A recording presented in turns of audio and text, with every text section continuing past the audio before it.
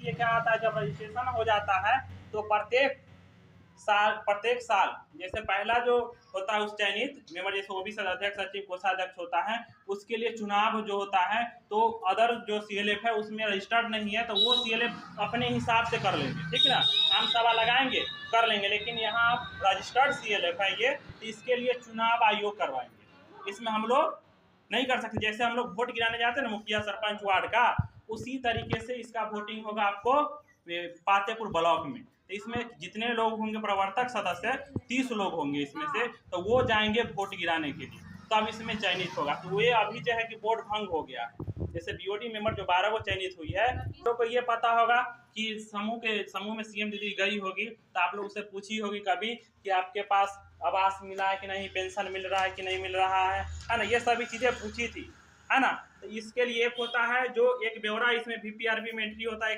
एक आपसे ब्यौरा लिया जाता है कि आपके पास क्या क्या है, ये ब्यौरा लिया जाता है। दूसरा क्या है कि आपको और गवर्नमेंट पॉलिसी आपको क्या मांग करना है, ये होता है। इस पंचायत में पूर्ण हो गया है और कुछ पंचायत में बाकी है। बहुत अच्छा फंड है, इस पर सभी लोग गौर से सुनिएगा। सब दिन सुनते आए अध्यक्ष दीदी, सचिव दीदी, कोषाध्यक्ष दीदी, सीएम दीदी, है ना, इतना 4 लोग 4 बात सुनते आए। लेकिन एक नया आ गया है उद्यमी दीदी।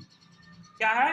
उद्यमी दीदी। तो उद्यमी दीदी में क्या आता है कि उन्हें व्यक्तिगत ऋण देकर उन्हें आगे बढ़ाना, है ना। जैसे आपके समाज में देखिएगा कि बहुत से सारे दीदी होगी छोटा छोटा किराना स्टोर वगैरह खोल के बैठी है ना, तो उनको और हम उद्यमी के रूप में उनको चयनित करेंगे और उनको पैसा देकर उनको और हम बिजनेस को क्या करेंगे, आगे बढ़ाएंगे। पहले क्या आता था कि समूह से वीओ से, मान लीजिए अब दीदी को 50,000 की जरूरत है बिजनेस करने के लिए, बढ़ावा देने के लिए, लेकिन उनके पास वीओ में या समूह में पैसा नहीं है, तो उस समय क्या करते, वहीं पे वो रुक जाते कि मेरे पास पैसा ही नहीं है, हम आगे काम नहीं करेंगे, जितना पैसा उतने में हम काम करेंगे, यही ना होता था। लेकिन अब दीदी को सोचना नहीं है।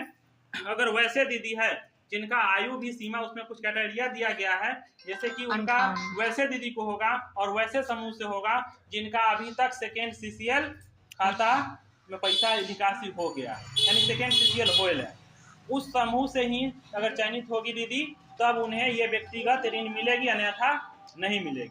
और वैसे अगर आपके पंचायत में आपके वीओ में दीदी है जो कि सेकेंड सीसीएल होल है और वह धंधा कुछ रोजगार कर रही है, उसको और लगता है कि हमको और पैसा देकर दीदी को और बढ़ाएं, तो वैसे दीदी का यहाँ फॉर्म फिलअप होना है और उन्हें व्यक्तिगत ऋण उनको 3 लाख जितना हिसाब दिखा। जैसे मान लीजिए किसी दुकान में हम जा रहे हैं फॉर्म भरने के लिए, किसी दीदी के पास जा रहे हैं, अब उनको कहेंगे दीदी दुकान में 50,000 के सामान रखी हुई है, और दीदी कहेंगे नहीं हमको 5 लाख चाहिए, ये क्या है, गलत है।